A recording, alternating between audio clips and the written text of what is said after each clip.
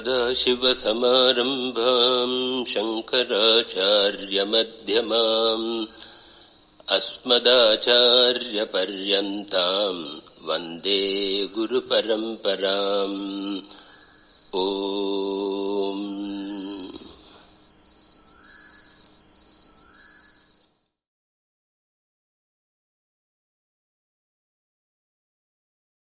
Apparent Subodhananda or the apparent Sacchidananda are all concepts. And since they do not exist, what is how they feel is also a concept, isn't it? I'll take your word for it. Can you find somebody somewhere? Well, I'm not very good at looking. That's the problem. Yes, but how you can say that somebody is existing if you cannot find him or her? If you can't find them, then you would be a fool to say they existed. Exactly. Although you can say they do appear to exist. Yeah. So I can pretend to interact with them.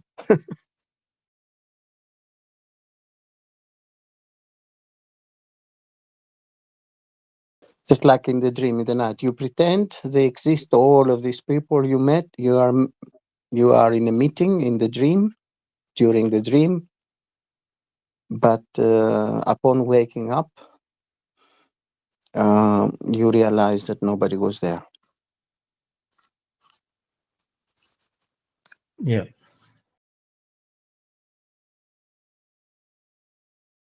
So the same with this big dream of life. That doesn't mean that you just stay in a passive state and you don't interact, or you're just trying to be completely not appearing. You can appear, you can play, you can interact, you can pretend that you exist as a person. No problem. The problem comes when you really believe that you do exist as a person. Then all the suffering and all the attachment arise together with all the pain. It's not so easy understanding this, though. Yes, because of infinite lifetimes, you are maintaining these false notions that I am a distinct being among other distinct beings, as a part in this apparent universe, and you maintain it for infinite lifetimes. So how it can be easy?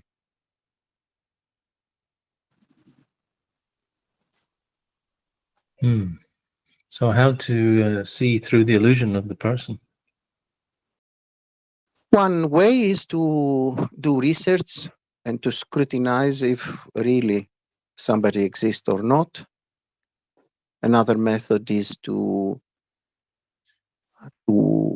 be aware of all the mechanisms, such as are presented in Tattva Bodha, all the apparent sarirams, the panchakosas, the so-called bodies.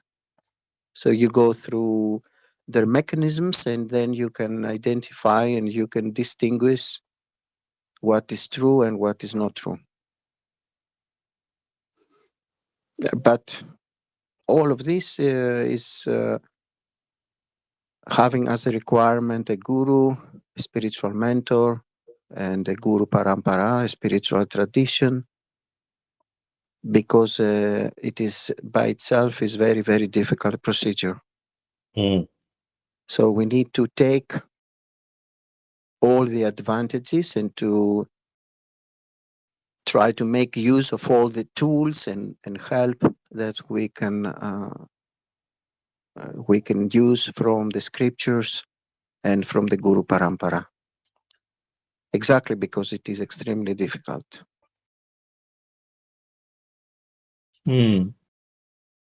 So Subodhananda can understand that the person that he is just a concept. But it is not so easy to clearly understand that within one's experience, to isolate this concept and say, look, it's just a concept, because it's constant. It's like 24 hours a day, this concept, this idea, I. It's not so easy, even though it's there all the time, to isolate it from all other things and say, look, it's just a thought. There's no real person. Yes, that's why there is the requirements as are presented in the scriptures and the Guru Parampara. You go step by step, you do all the baby steps that you can do, and sooner or later it becomes crystallized. And then you can have the permanent recognition and conviction. But you must follow all instructions. And you go through the witnessing consciousness, Saksi Chaitanyam, by observing, by trying to become detached from the observed body-mind complex, by realizing that how you can be something which is observable. You must be the one who is observing, the one who is the witnessing consciousness, the awareness itself. And the I is this awareness. It's not the body-mind complex. But the I, it is due to false notions that becomes the body-mind complex through identification and attachment.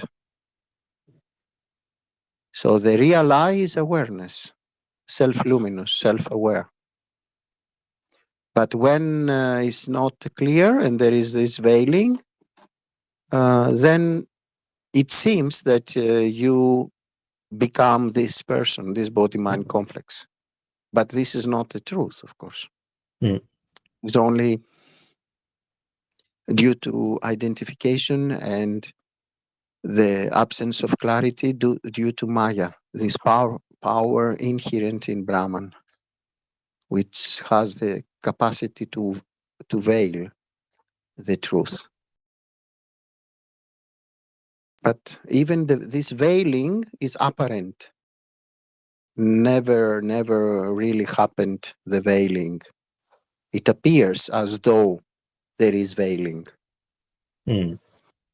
Just like, let's say you walk in the semi-light and suddenly you are in panic and fear because you see in front of your feet a snake, a very terrible snake. And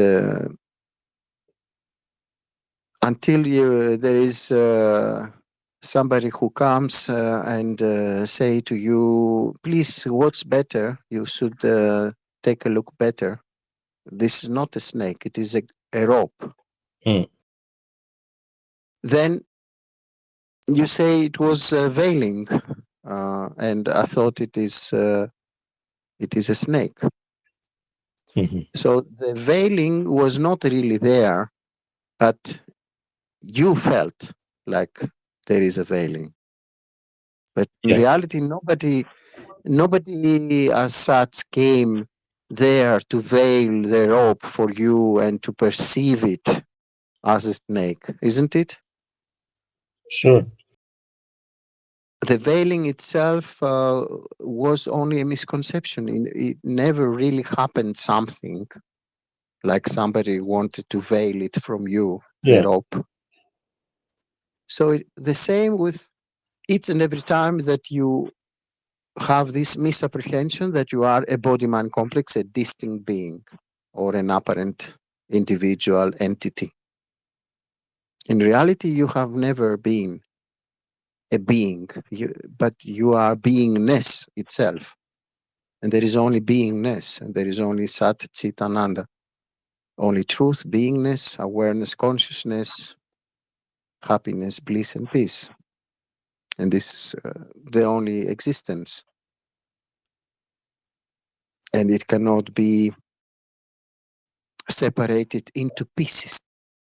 And one to take somebody, another somebody, another piece to take it an object.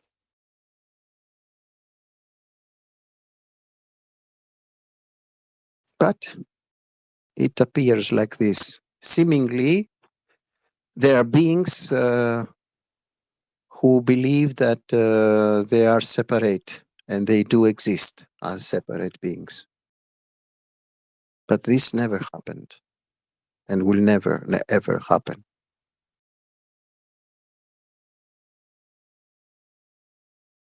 It's just like you tune into a bad frequency with no music, and you hear only noise. But if you tune into a real good station, then you can enjoy good music. So shifting from false notions into the right notion that there is only that and I'm that.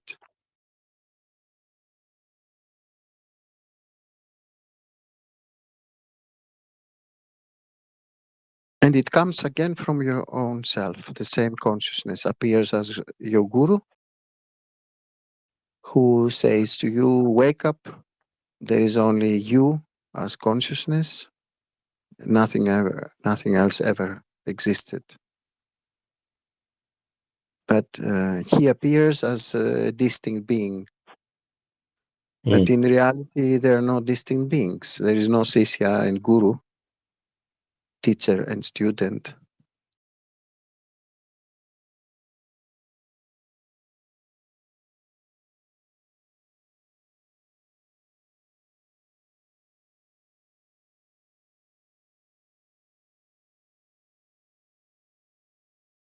Just shift. Try to shift all day long from false notions to the right notions by remembering the Mahavakyas, the great statements. Aham Brahmasmi. I'm Brahman. I'm only that, and there is only that. Especially when you feel trapped in this apparent samsara, and you don't feel comfortable. The lack of comfort, the lack of ease and peace and happiness and bliss is a sign that you must shift to the right notion.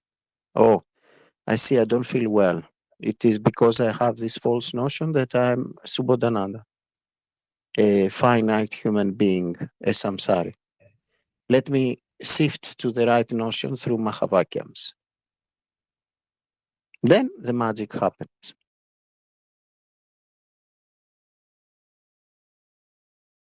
Is it possible to have any negative emotions if you have the certitude that I'm Brahman and there is only that?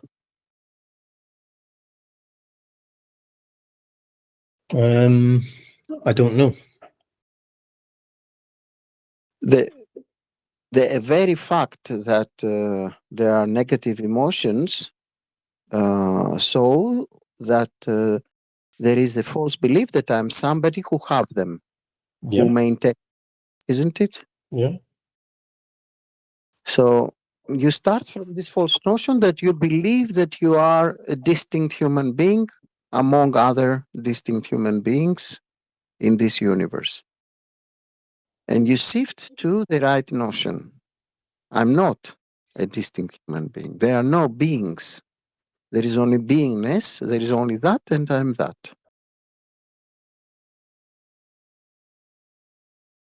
Maybe the first moment that you try will not work, but sooner or later it will work.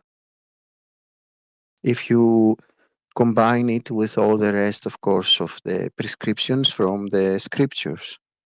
Yeah.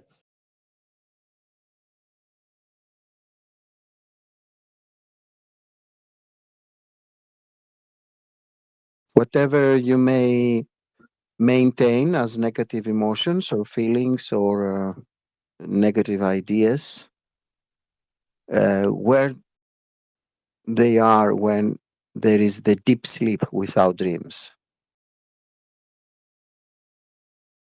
No, they're not there, obviously. So this is the proof that it is due to the wrong thinking process that arises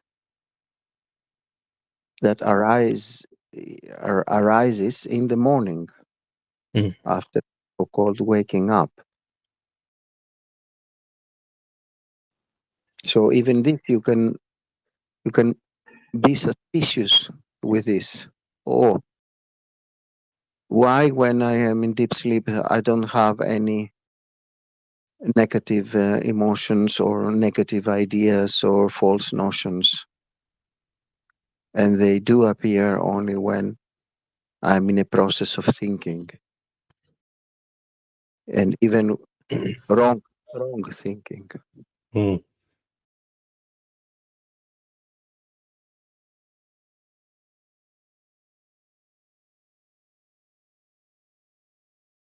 Shifting is very, very important in Advaita Vedanta. Constantly, through being aware, you must shift, you must change these mental habits, patterns. What do you mean when you say by by being aware? By tuning in this awareness knowingly. I'm awareness knowingly. Anyway, you are awareness. This cannot be changed. It is a fact. But you are not knowingly awareness. It's in every apparent moment. You must be aware that you are aware, that you are awareness. Awareness being aware of itself. Constantly, non-stop, 24/7. And by being aware, you can cut all these wrong notions and shift to the right notions. If you are not aware, how you can shift, how you can choose the right notions. So I can shift from like normal thinking into being aware of my thinking. Like it's a distinctive shift from, and not just a shift of thinking normally and then being aware. It feels like it's almost like it's not physical, but it feels like you've changed your perspective.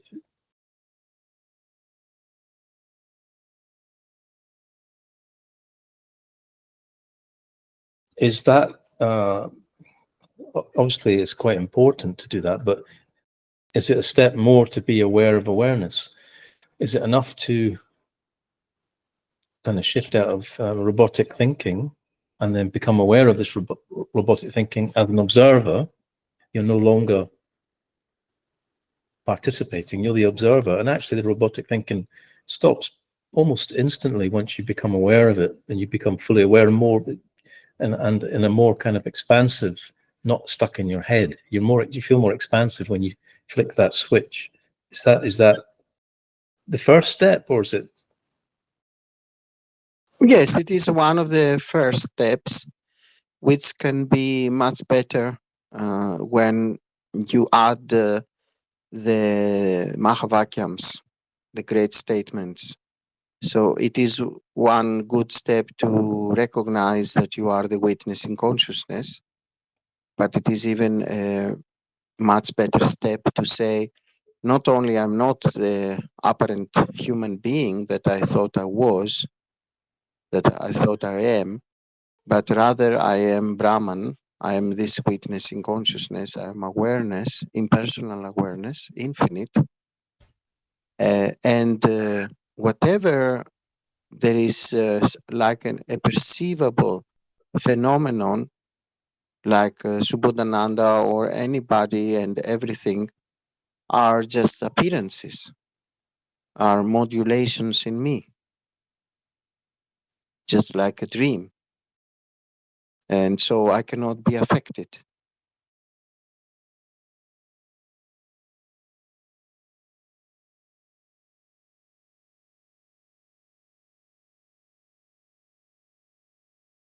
And also I wanted to correct, in inverted commas, the expression stuck in my head. Most of the people, they believe that their thoughts do appear in the head, in the brain. But Mm-hmm. the thoughts are a cosmic phenomenon. They do not appear somewhere. If we can use the expression in inverted commas, they appear everywhere in this infinite substratum of consciousness. But because you identify with the body-mind complex, suddenly you believe that the thoughts are appearing inside the head or your brain. Your body-mind complex have this property of thoughts. But it is only an illusion. Because if I were to ask you to scrutinize and think something with closed eyes, which is more helpful, let's say if I were to ask you a red rose flower, does that red rose flower appear inside the skull of Subodhananda? Or it doesn't have a beginning point and an ending point? No, it doesn't appear inside the skull, no. No. And if you try to see if this red rose flower is having any dimension or any beginning point or an ending point, it is impossible. The same with all thoughts. They do not appear in the head of somebody. First of all, the somebody is an illusion. And secondly, the thoughts are also are insubstantial. They don't have any substance. It is just imagination. They do not appear somewhere. They do not have any substance, any essence.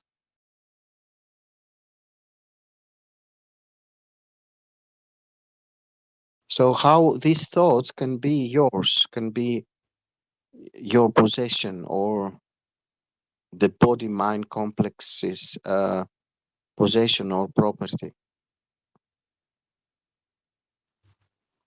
Also, we cannot find, no matter how much we are searching for, even if we do research the humanity for trillions of years, they will never be able to find a somebody, a person, or an individual entity. The only thing that appears is just the physical, what we call in inverted commas, a physical appearance. Mm. But when somebody says, this is my body, he's referring to somebody else, not the physical appearance. He's referring to an individual entity. Yeah, yeah. But the individual entity, it is impossible by any means to be found, no matter if you are doing research for trillions of years. Because the somebody, the individual entity as such, is only a bundle of memories and labels. Let's take Subodhananda. Subodhananda is from Scotland. He is a male.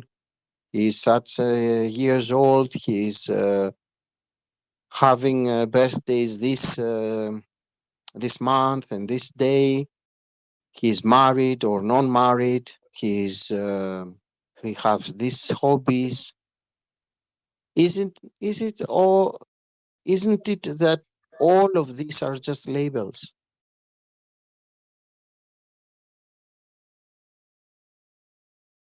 and nothing else than labels?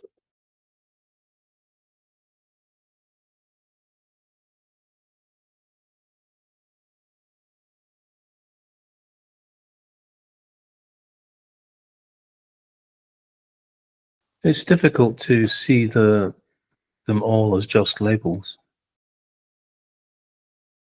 What else can be other than labels? Where is the essential entity? Where is the entity?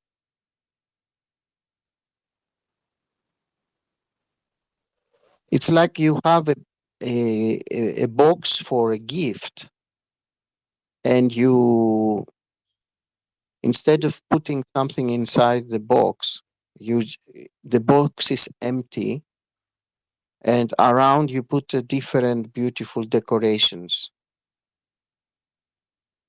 But do the research, where is the gift? The gift cannot be found. The same with the so-called personal entity or distinct entity. You can say whatever you like for attributes, but the actual entity cannot be found. The actual being, the referred being. It's just an idea that there An is. idea that is maintained for infinite lifetimes, apparent lifetimes, dream lifetimes, again and again and again. I'm somebody. I'm a distinct entity, distinct from other entities. And you maintain this, you make it more and more and more strong out of infinite dream lifetimes. And one day, after a lot of suffering due to this false notion that you are a tiny distinct entity among other infinite entities in this infinite universe, out of this suffering, one day you start asking, who am I? Why I suffer? What am I doing here? From where I came, where I go, and all these existential questions. Because you sick and tired by believing that you are a tiny, small being. And there is this kind of nostalgia that I am not a tiny being, I'm beingness itself. Actually, all this research for happiness and pleasure of any kind in the worldly things is a kind of nostalgia for the fulfillment and the perfection and the greatness that you already are.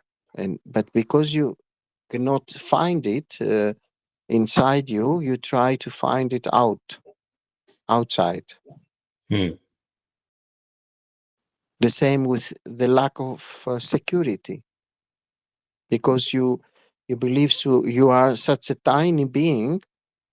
How you can feel permanently security in this infinite universe among infinite beings?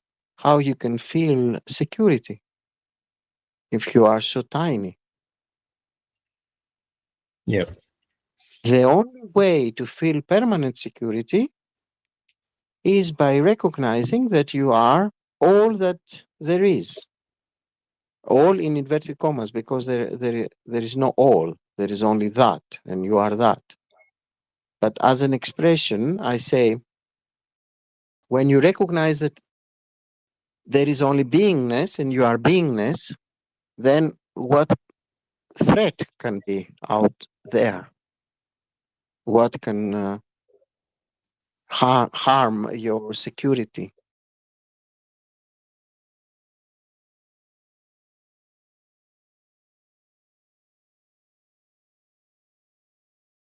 Or if you believe that you are a tiny drop in the ocean, you will try to be more drops, or to collect drops, or to collect more water, or to hug another drop.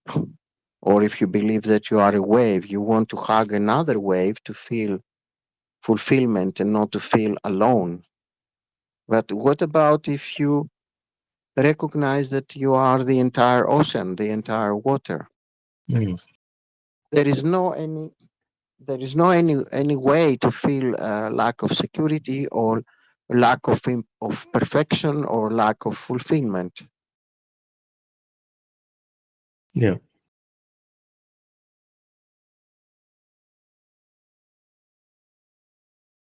But you start from scrutiny. Okay, if I'm a distinct human being, but where am I? Why I cannot find me as a person, or as an individual entity anywhere? The only thing that I can see is that I see this physical appearance. But what is watching cannot be the physical appearance, cannot be the observing principle, or the witnessing consciousness. First of all, cannot have a location as such, because it is not a thing or an object. Witnessing consciousness is a state, isn't it? So can it be localized somewhere? No. A state, it is not an object. If you have a mobile or a smartphone, or whatever, a glass of water, you can put it somewhere. You can give it a location. But what about love, let's say? Does love have a location? No. Oh, the same with peace, bliss, happiness. They are states. The same with this witnessing consciousness that we are speaking of. The witnessing consciousness cannot be a property of the body-mind complex, the apparent body-mind complex. The body-mind complex can appear from time to time in the witnessing consciousness. So the witnessing consciousness is the only reality. And prior to witnessing consciousness is what we call Brahman, which is even prior to witnessing. Witnessing requires an apparent being, a fine medium, what we call buddhi, the mind, the apparent mind. Then it can reflect, and then we can speak about Chiddabhasa, reflected consciousness, and witnessing consciousness.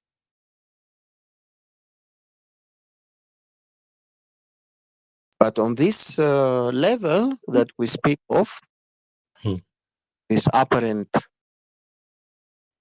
empirical vyavaharika reality, the scheme of things is that there is only witnessing consciousness. And it is not having a location. So it permeates all that appears in it.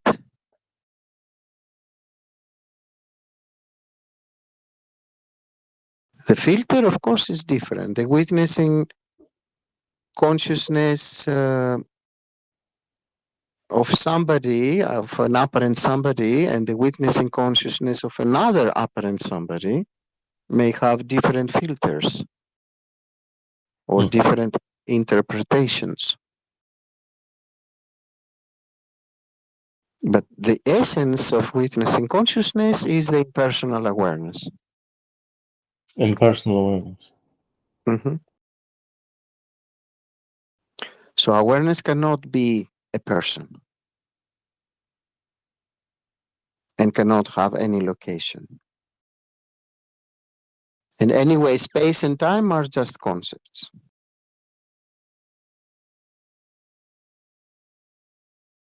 They are just the result of the thinking process. And there is a proof for that through the dream state. The time is another, with another way it moves or functions. Mm-hmm. And the space as well. Yeah. And in the deep sleep without dreams, they even disappear as concepts, time and space. So all of these are just mental. The entire universe is only mental. All the beings, all the apparent beings, the apparent universes, the apparent objects, the apparent relationships, the apparent phenomena are only mental, are superimpositions of in consciousness. You see a wave in the ocean, the so-called wave, because you say this is a wave. In reality, it is only water. The wave don't say I'm a wave.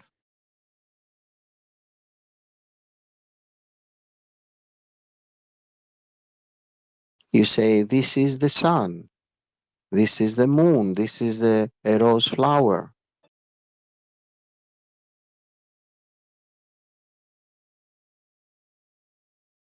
Who is saying this? Who is doing this labeling?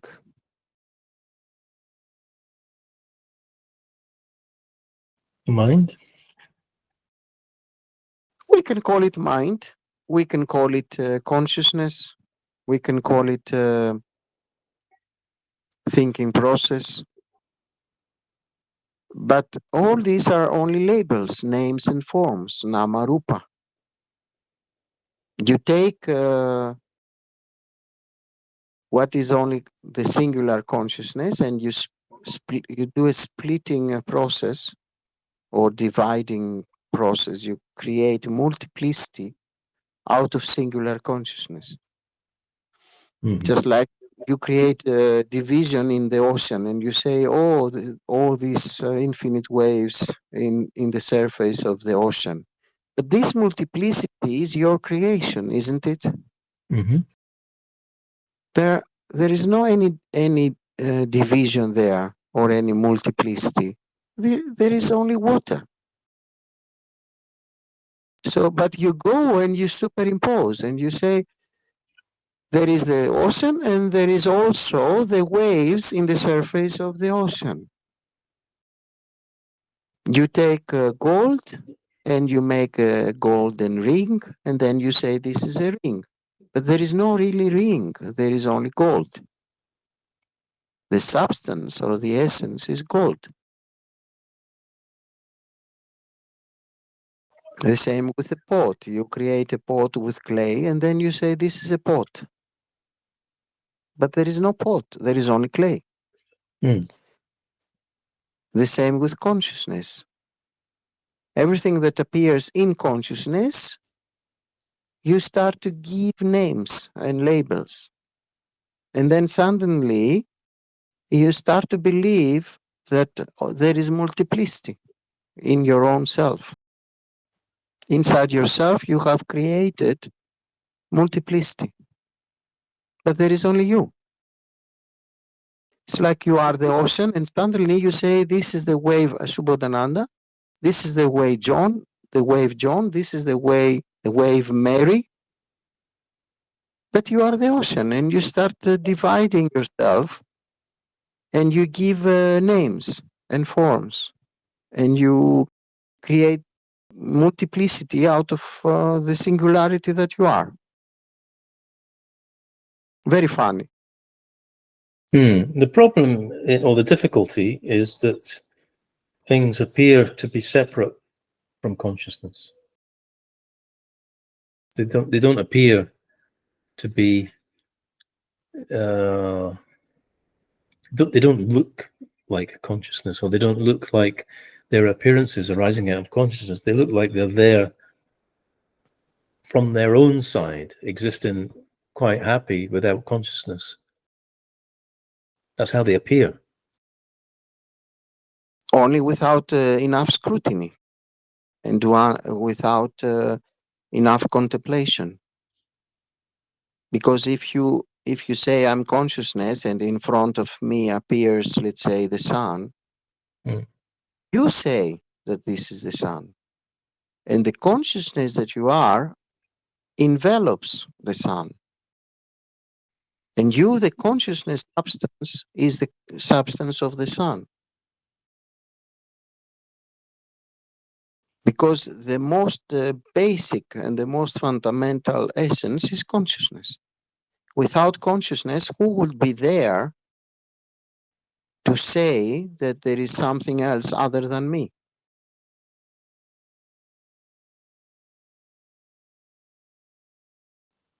Isn't it a prerequisite presence or consciousness or awareness to speak about the so-called things in front of you? Mm-hmm. Yeah. Is it not a requirement, an absolute requirement? Yeah. All right. And the presence or the consciousness that you are, is it inside somewhere? Imprisoned somewhere, let's say the body-mind complex of Subodhananda? No. Or it is locationless? Or what, sorry? Or it is locationless in reality? I think it's locationless, yes. Location. So if it is locationless, it permeates the so-called, by your definition or your labeling, the sun. Okay. And because without you as consciousness cannot exist anything, the essence, the real essence of everything, let's say the sun, is consciousness. The singularity of consciousness is appearing as all the apparent things and the apparent somebodies. The apparent beings, the apparent objects, the apparent universes.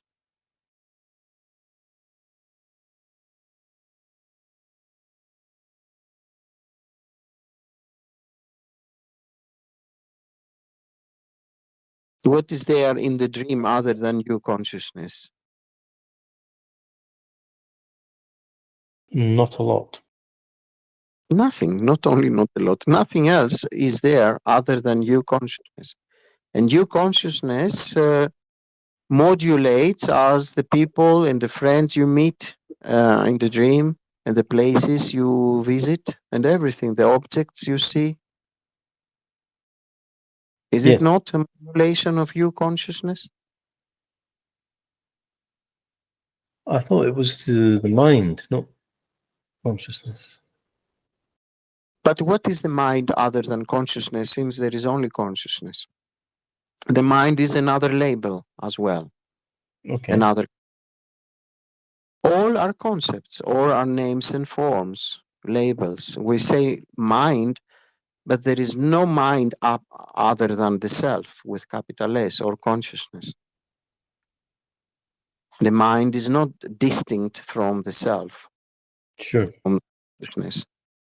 The same with each and every other thing in inverted commas, or each and every being, are all modulations of the same self with capital S, or the same consciousness.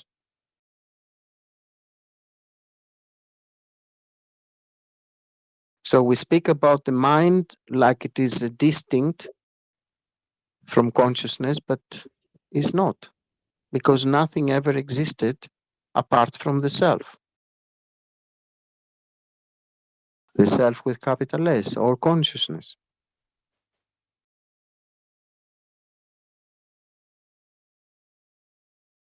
And all this is happening due to false discrimination, false multiplication. You can use it for practical reasons, and you can interact in this dream life, all these labels, but sooner or later you must recognize that these are only labels. They do not actually exist. Multiple things, or multiple beings, or multiple objects. And everything is modulation of consciousness. Modulations of consciousness appearing in consciousness. In and out again is a concept. There is no in and out because there is only consciousness. How can it make sense to speak about in and out since there is only consciousness? But as an expression, we say that everything appears and disappears in consciousness. Mm-hmm.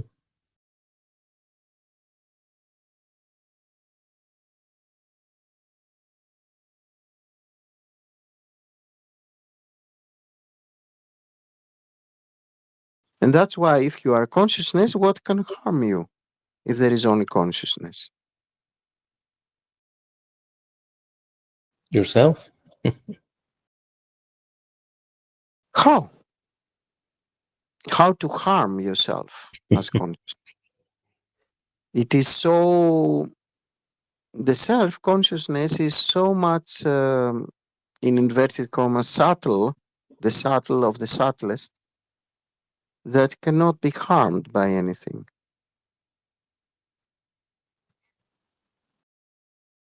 Especially anything that appears and disappears in it, in inverted commas again.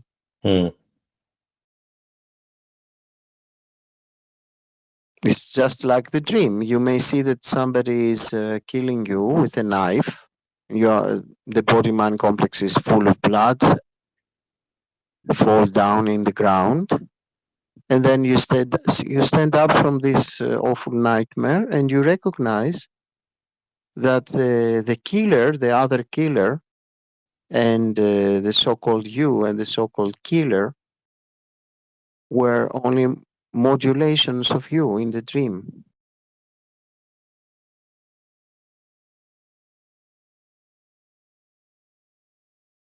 But for the dream,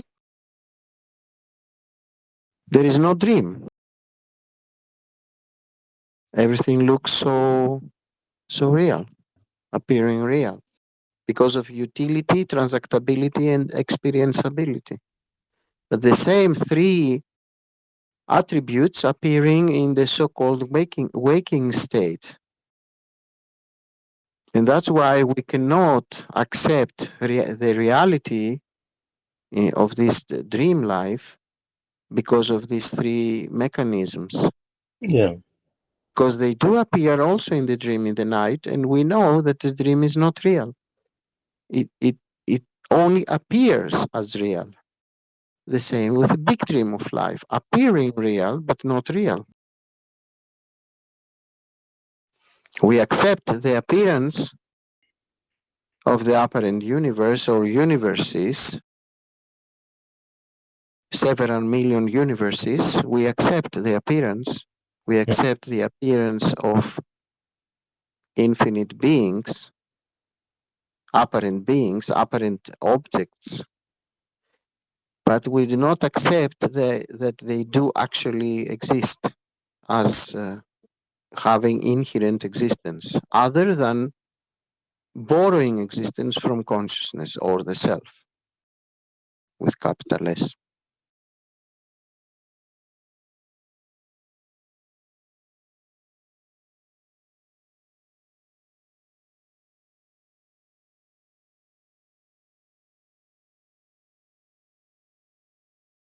No, they need consciousness to exist.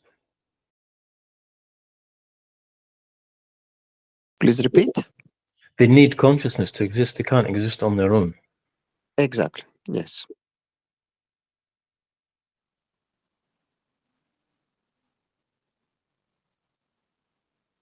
it appears they can exist on their own, but they can't. But even to say they appear, the one who says they appear distinct or having their own existence, the one who says that or who is observing that is making this appearance appearing real.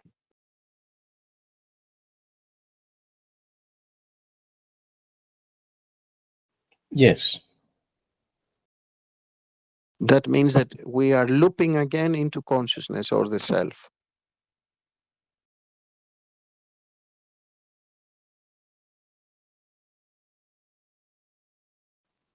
So you're saying that the apparent real appearance of an object is obviously not coming from the object's portrayal of itself. It's coming from the observer. Yes. The same like the dream in the night. Yeah.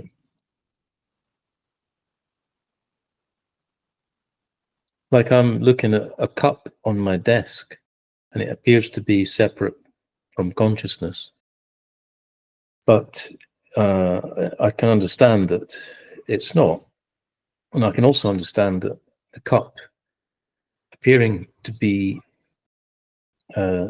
to exist separate from consciousness is nothing to do with the cup.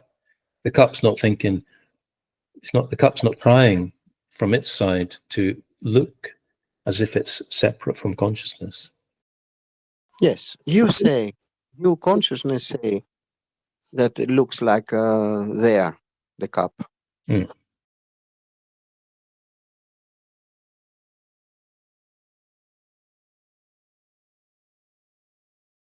Yeah, the cup's like not congratulating itself for putting on a good show and looking really real.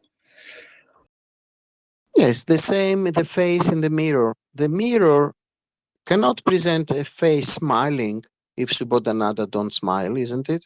Hmm.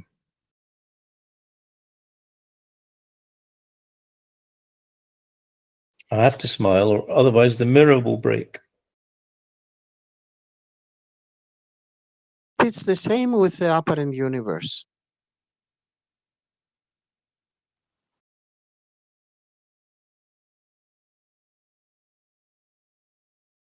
They speak in the scriptures about the 14 lokas.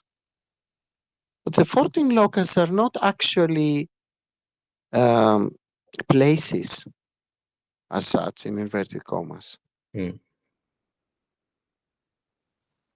From the filter of a samsari, you project such a loka as a dream, just like the dream in the night. And you live there in suffering. But it is through your own filtering as a samsari that you live in one of these 14 lokas. They do not actually exist in a place where you go. The same with this world. Yes. The scriptures do speak about the 14 lokas, but the point is how you are interpreting these 14 lokas. If you start believing that there are spaces or places, you have a misapprehension. Hmm. Because there is only one consciousness. But from the standpoint of a samsari, due to a particular prarabdha karma that he or she is apparently exhausting, may appear like a different place and have all the experiences as mentioned in the scriptures.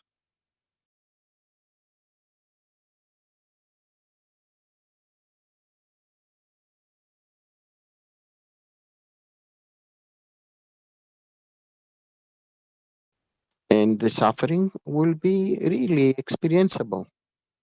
Let's say if as a samsari, due to your prarabdha karma, you have to have such experiences on the lower hell realms, the experience will be experienceable.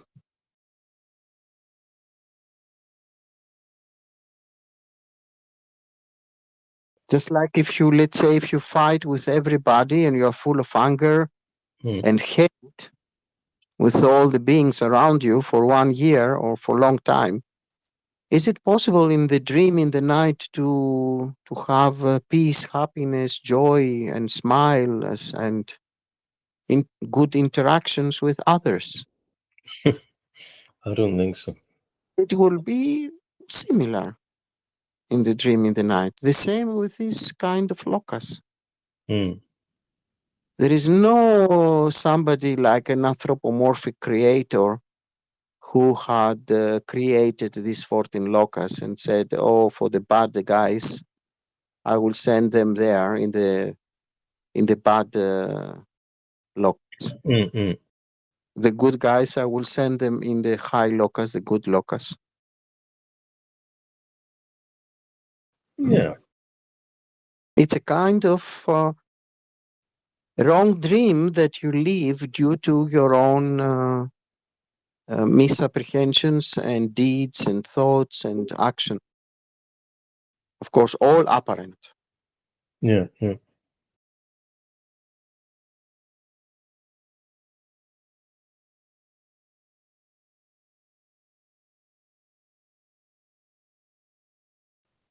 Yeah. Still, millions of people, they believe that they will visit the loka of Krishna, and Krishna is anthropomorphic, and they will serve him like he's a VIP or a CEO or a star of Hollywood. They will be servants of him, and they will enjoy his presence. He may even hug them or speak with them or having a discussion with them. But this kind of understanding is completely for kindergarten.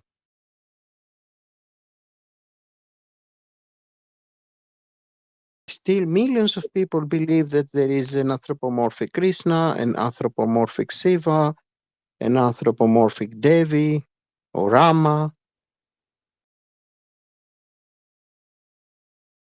And there are these multiple gods, but all are symbols or representing different aspects of the divinity. They cannot be anthropomorphic. They can appear to you as anthropomorphic due to your own understanding, but that doesn't mean that they do really exist.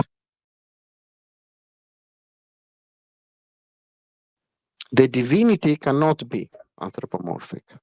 Consciousness or Nirguna Brahman cannot be anthropomorphic. Can have space, a shape in space or a form. Mm. But it is possible to see a deity.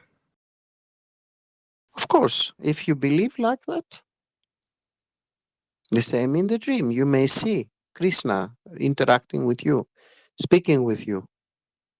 But that doesn't mean that Krishna exists as an anthropomorphic God. He's as real or unreal as you are in the dream. You're both equally the same. There is only one consciousness that is appearing as the somebody and as Krishna and their interaction. And it is the standpoint that makes a difference. If your standpoint is the samsari who is interacting with Krishna, you feel that you are the being, the person who is interacting with God Krishna. Mm.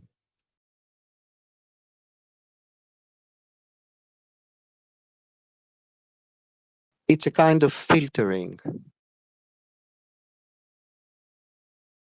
From which standpoint you look at things, the scheme of things. But consciousness cannot be plural. Can only be singular. First of all, it is not an object, so it can be divided. The same with beingness, cannot be divided into parts or pieces. The same with bliss and happiness or love. I mean, real love, not the anthropomorphic love, Mm-hmm. due to egotistic desires and attachments. This is not what we speak of now.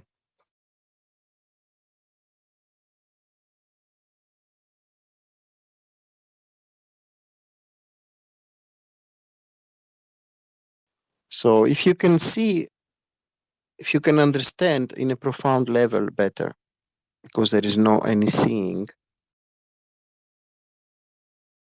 awareness cannot be multiple, cannot be in multiplicity. Mm-hmm. Brahman cannot be in multiplicity.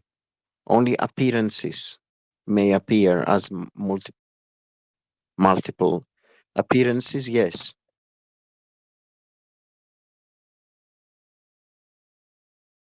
And that's why there are no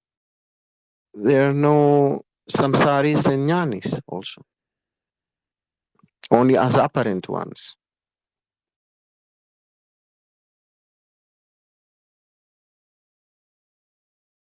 And the entire path from samsara to moksha, from a samsari to a jnani, is only a mental. It's only from the standpoint of an apparent individual. Mm-hmm. Why? Because there is only that, and you are that.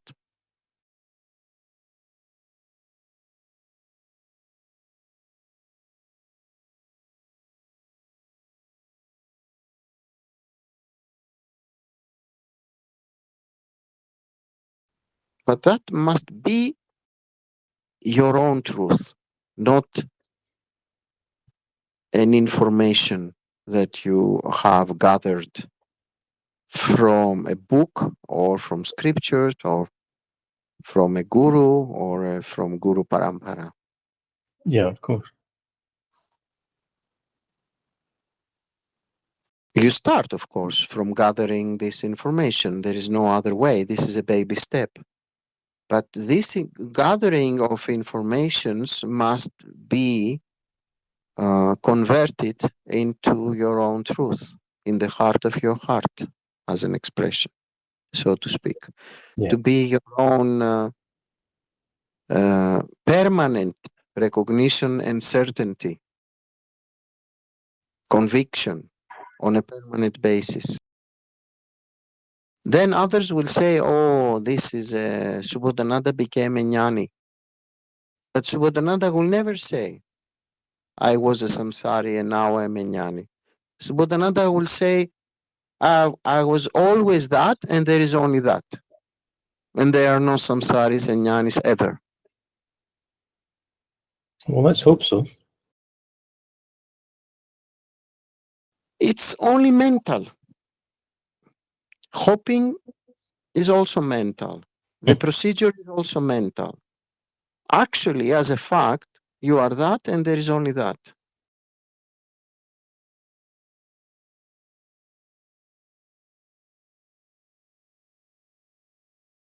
Still, the procedure, if you don't have the certainty and the permanent conviction, the procedure, of course, is useful. The procedure of Sravana, Mananam, Nididhyasana, and the dharmic lifestyle. Upon completion, these procedures, all of them, none of them is to be forgotten. Upon completion, then you will recognize that this was only a mental procedure, not actual an actual fact that I was somebody and a distinct being who was a samsari, and now I am a distinct being who am not anymore a samsari, but I am a jnani. Mm-hmm. you will only laugh after with these conceptions, with these concepts.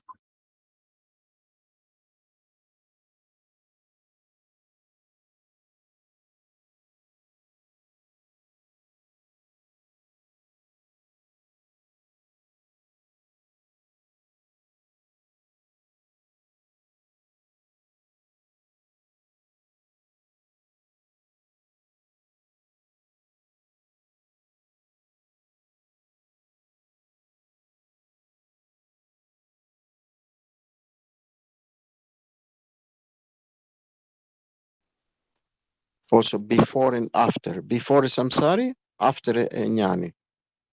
It is ridiculous. Why? Because there is no space. There is no before and after. Also, there is there are no beings. There is only beingness.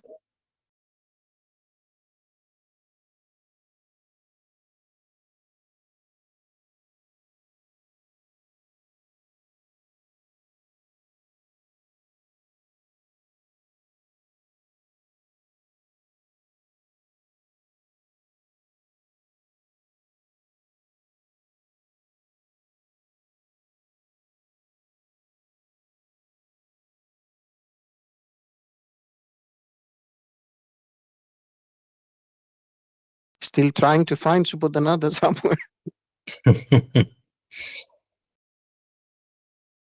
Yeah, well, I'm going to give him a damn good talking to when I find him. Yes. Just ask him, come here. I want to see you. I want to have a handshake with you. Where are you?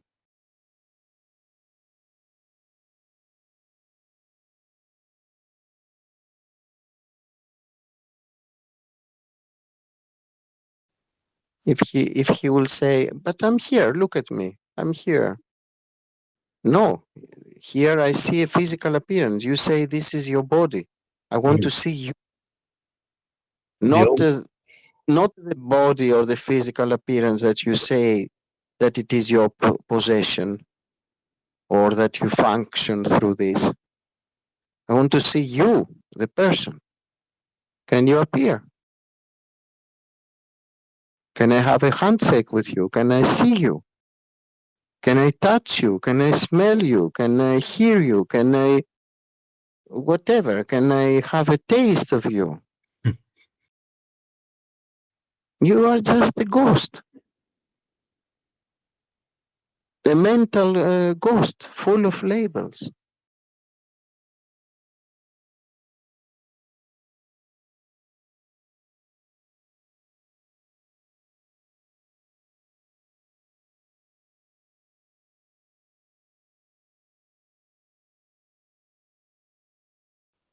Even he says, I'm here. The I is locationless.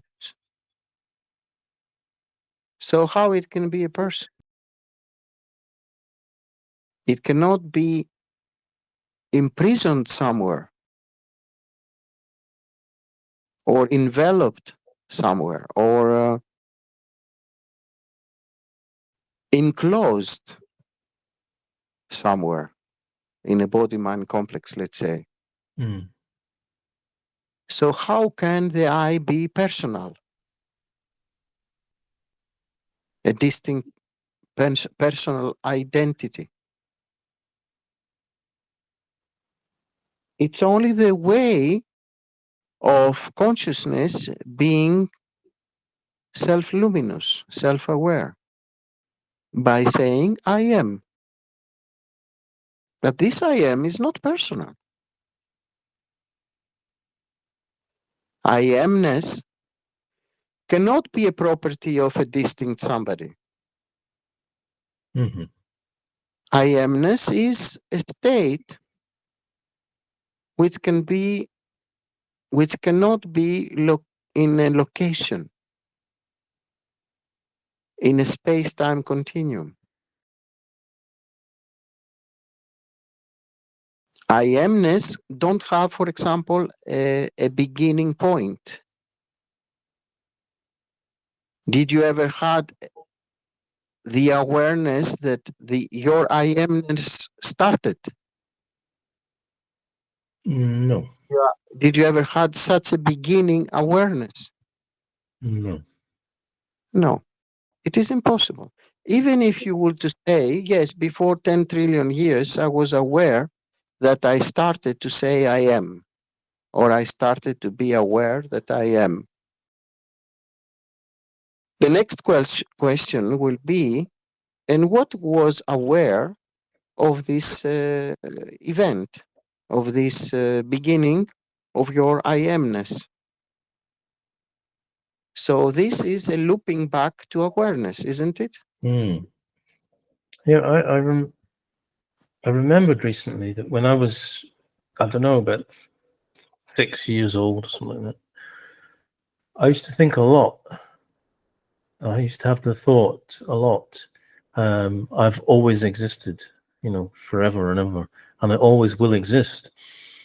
And then when I remembered that maybe when I was in my 20s, I thought, I thought I was being stupid, like I was, as in I was grasping that my body would never die. But I don't think that's what I was getting at when I was just 5, 6 years old. I think I just had some insight into consciousness. It wasn't to do with the body.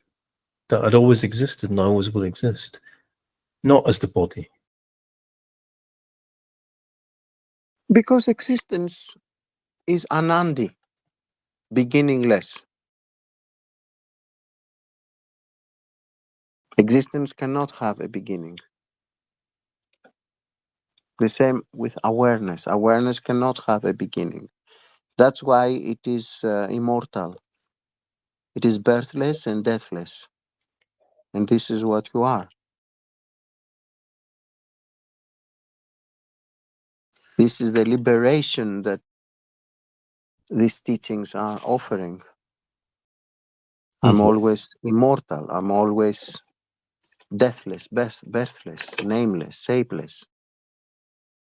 This is the true liberation. It's claiming your true nature, recognizing, and permanently being convinced.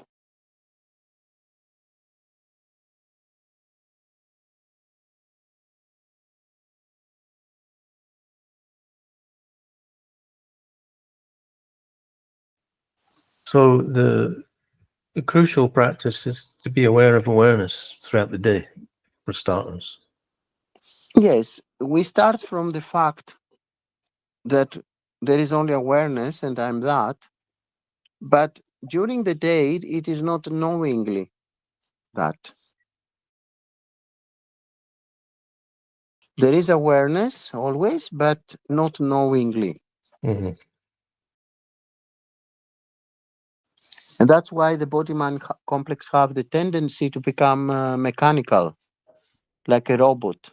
You eat your soup or your dish, your meal, and it is a question mark if from all the food in the dish you have recognized the 10 times you put the food in your mouth. Most of the times are mechanical. You didn't even taste it, the food. All of the times, at least, that you have entered the spoon in the mouth or the fork. Isn't it?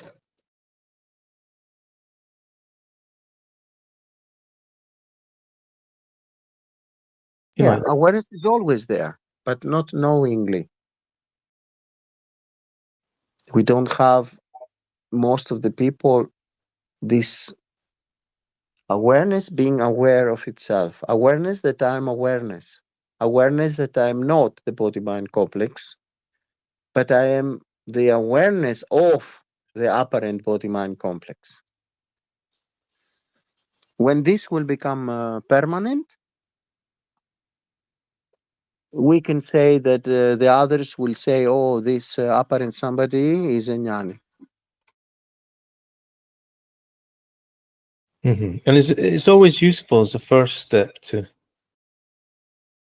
at least be the witness of your thoughts, and then you can get some clarity in your mind, or some less distractions, or even silence in your mind. From there, it's a good stepping stone.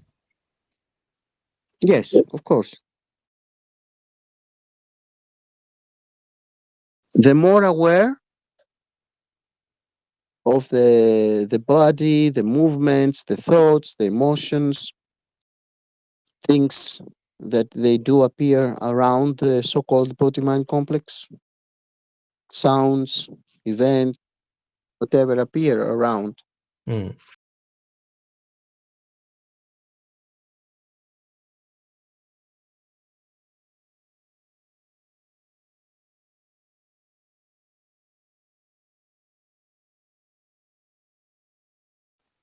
It's like there is an arrow with two heads. Mm-hmm. One head is looking so-called outside the body-mind complex and the environment, and the other side goes back and looking into the awareness itself. Yeah. So during the day, somebody can do this as a practice. Mm-hmm. Looking in front, let's say, and looking backwards. Being aware of what is appearing in front of the arrow in one direction, Mm-hmm. but also being aware backwards, Mm-hmm. back to the self, simultaneously. Okay. When this is 100% accurate and with precision, then it's also very difficult to do mistakes or to have any kind of accidents. Mm-hmm. But usually we can see people walking in the other side of the street, even with red. With what? With red light. Yeah. Is it not a huge sign that they're asleep? Not aware at all?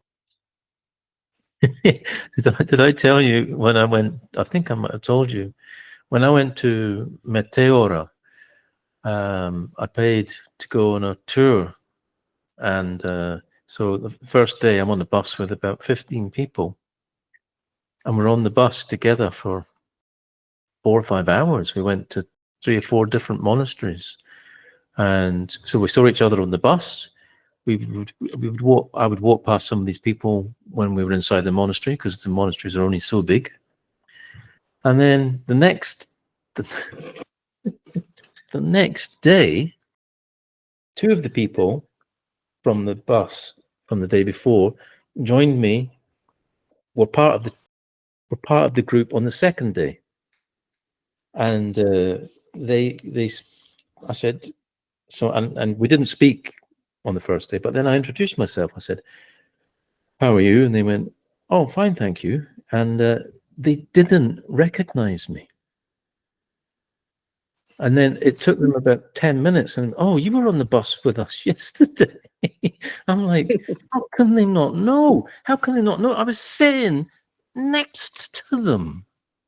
How can they not? Pure sign, mechanical life, robotic life. It's unbelievable. Yes, it's like that. Most of the people, they don't taste their meal. They are stuck in the thoughts most of the times.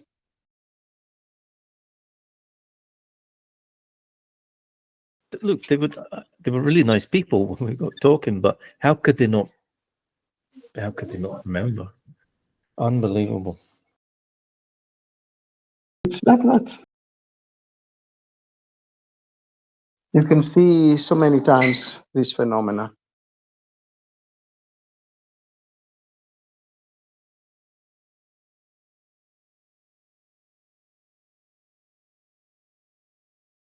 It's unbelievable how robotic life the apparent people are leading. Mm-hmm.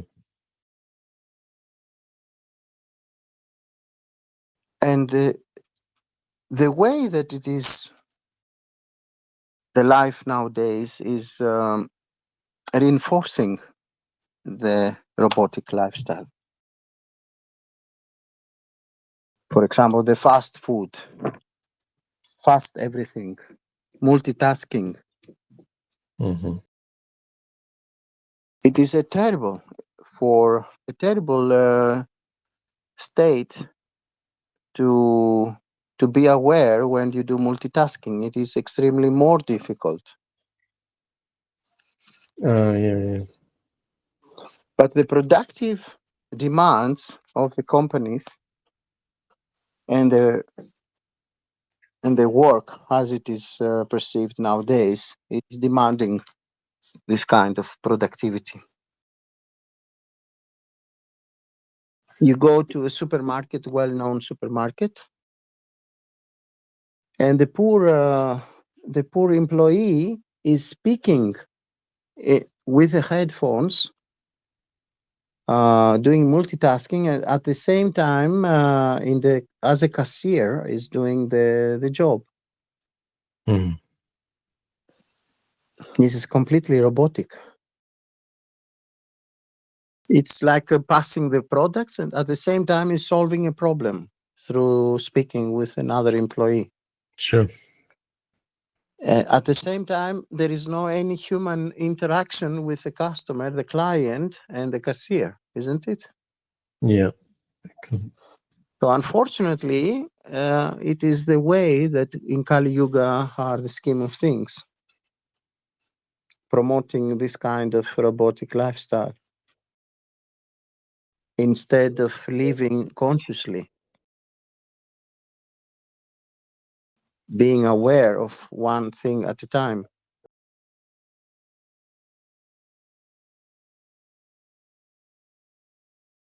Unfortunately, it's like that.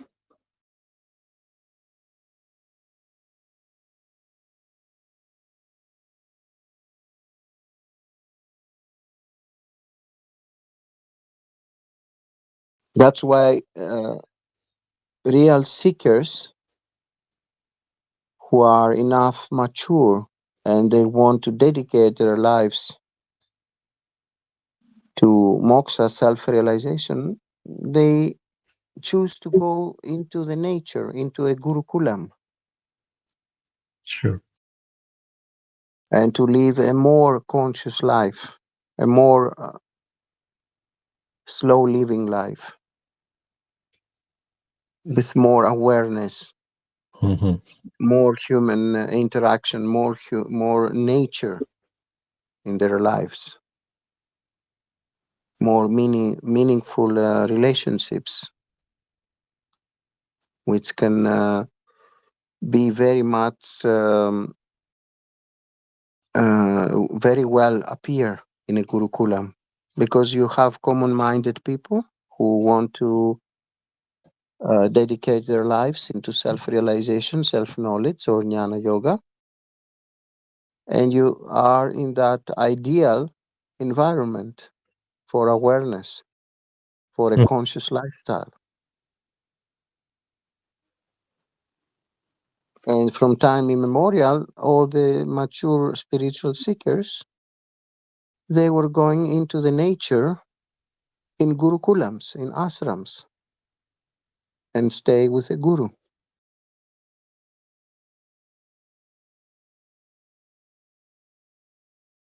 But nowadays, it's not the choice of many, only for the very, very, very few. 1 in 100 millions. Somebody will wish to have a conscious lifestyle and living in nature, living with being aware each and every moment, focusing to live as a real human being, even if he or she is an apparent human being, at least to live as a human being, not as a robot. Mm-hmm.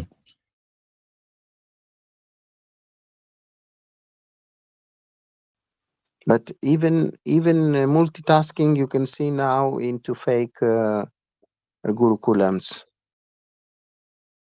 People are forced to do production, to sell more workshops for a fake guru, or do more fake marketing to attract money and donations, so-called donations, which they will go into these fake gurus. There is so much going on nowadays. Mm. So even an asrama became a productive factory, how to attract money and to make rich the fake guru. Mm. Yes, the old ashram.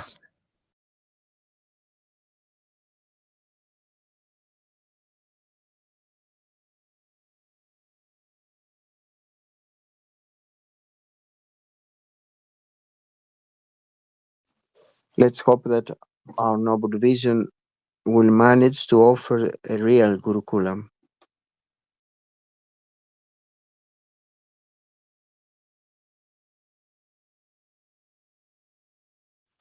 It will. At least we have this noble vision. We don't have anything which is connected with money and wealth and attracting followers and for egotistic reasons.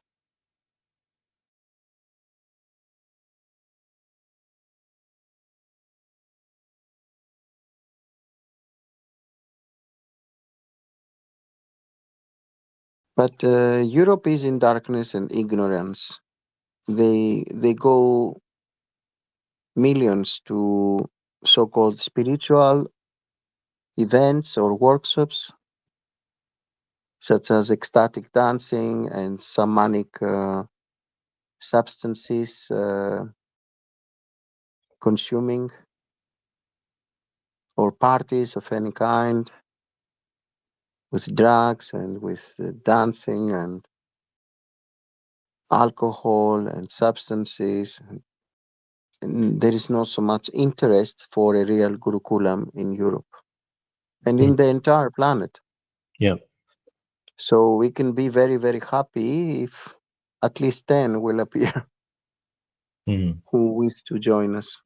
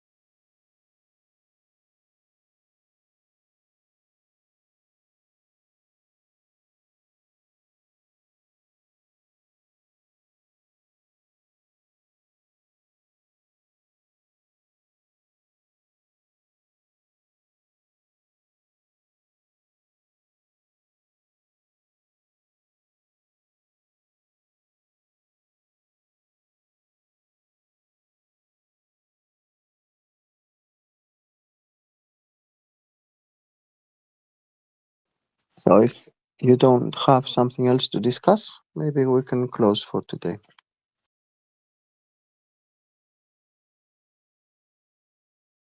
पूर्णमदः पूर्णमिदं पूर्णात् पूर्णमुदच्यते पूर्णस्य पूर्णमादाय पूर्णमेवावशिष्यते ॐ शान्तिः शान्तिः शान्तिः